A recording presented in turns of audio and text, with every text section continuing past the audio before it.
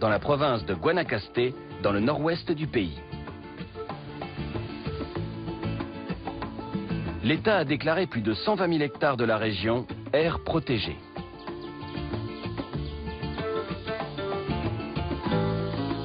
Ici comme ailleurs, la forêt tropicale joue un rôle essentiel dans la régulation du climat en absorbant le dioxyde de carbone de l'atmosphère. En gros, la forêt respire. Si on arrive à connaître la quantité de CO2 qui est absorbée par ces arbres, on pourra mieux comprendre comment la forêt régule le taux de CO2 de l'atmosphère.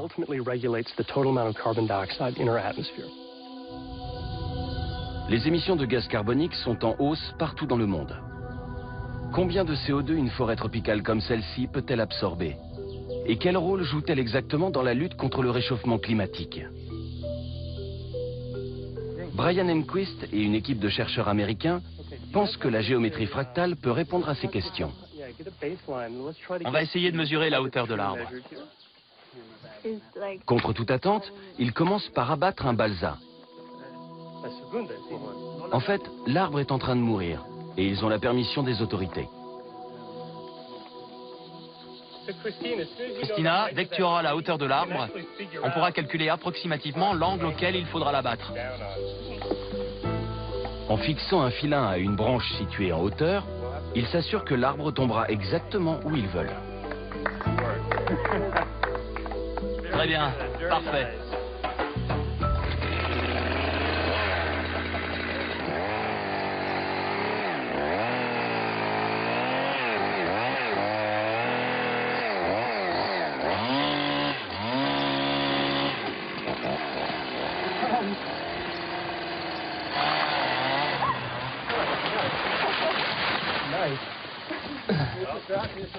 José, parfait.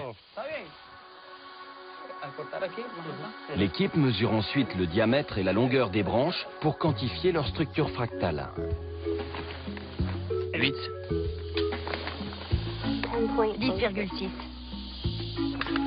8. 6,3. 0,03. 6,0. 8. 7,0 pile. Ils mesurent également la teneur en carbone d'une feuille pour ensuite calculer ce que l'arbre entier peut absorber. Si on sait quelle quantité de dioxyde de carbone une feuille peut absorber, grâce aux lois fractales de la subdivision, on doit pouvoir connaître la quantité totale de CO2 que l'arbre peut absorber.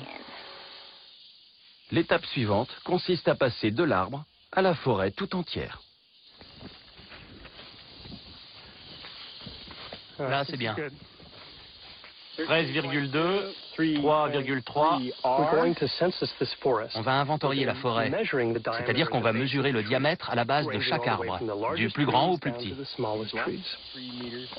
Comme ça, on pourra établir des statistiques sur la distribution des arbres par taille dans la forêt.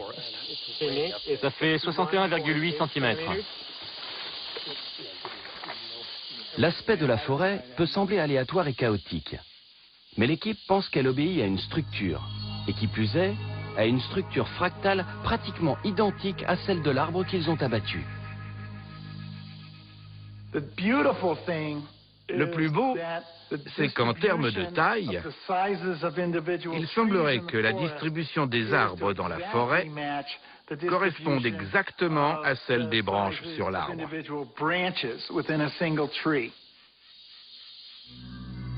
Si leur hypothèse se vérifie, l'étude d'un seul arbre pourrait permettre de connaître la quantité de CO2 qu'une forêt tout entière peut absorber. Une fois le travail sur le terrain terminé, ils examinent les données relevées pour voir si elles corroborent leur théorie. Là, c'est la répartition des arbres? Oui. Ce qui est génial, c'est qu'on retrouve le même schéma pour les branches que pour les troncs. Super. Comme ils le soupçonnaient, la répartition des arbres par zone de taille coïncide de très près avec la répartition des branches par zone de taille. C'est tout à fait extraordinaire. Les tracés sont parallèles.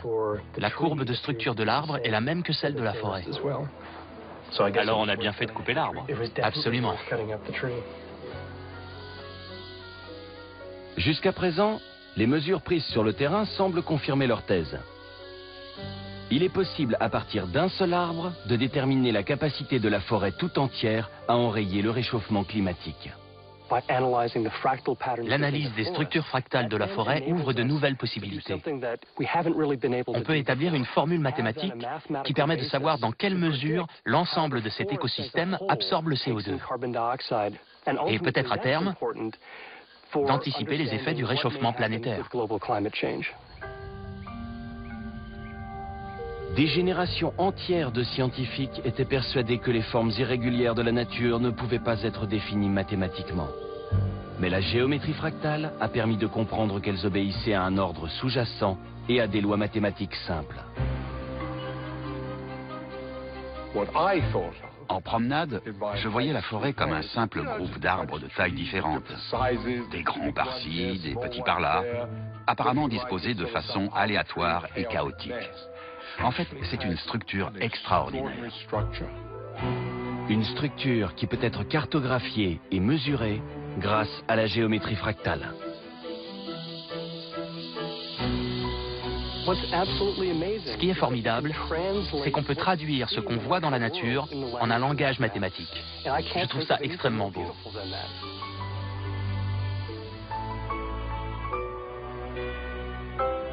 Les maths sont notre seul moyen de comprendre la complexité de la nature. Aujourd'hui, la géométrie fractale nous apporte un vocabulaire plus étendu, grâce auquel on peut lire davantage de pages du grand livre de la nature.